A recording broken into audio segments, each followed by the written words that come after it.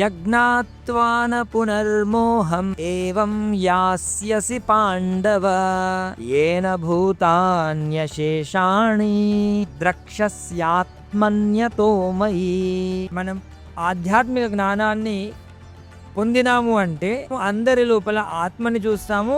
ఆ ఆత్మలన్నీ కూడా భగవంతుని యొక్క అంశాలుగా చూడటం. ప్రతి ఒక్కరు కూడా భగవంతుని యొక్క అంశ.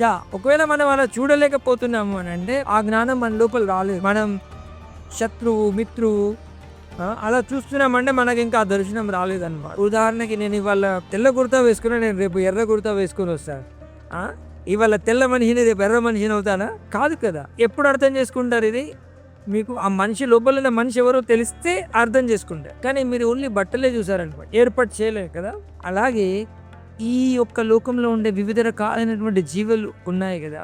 ఆత్మ ఒకే రకమైన ఆత్మ అందరి లోపల ఉంది. భగవంతుని అంశ, భగవంతుని యొక్క వివిధ ముక్కలు అన్నమాట. ఒక్కొక్క ముక్కకు ఒక్కొక్క డ్రెస్ వేసేసాం, కానీ ముక్క సేమ్ ఉంది. రకరకాలైన రంగుల పెయింట్లు వేసాము, రకరకాలుగా చూస్తే అలా చూడడం మోహం అన్నమాట. కానీ గురువు దగ్గర ఎప్పుడైతే మనము జ్ఞాన దర్శనం చేసుకున్న అతను ఆ మోహంలో మళ్ళీ వెళ్ళడు అనమాట.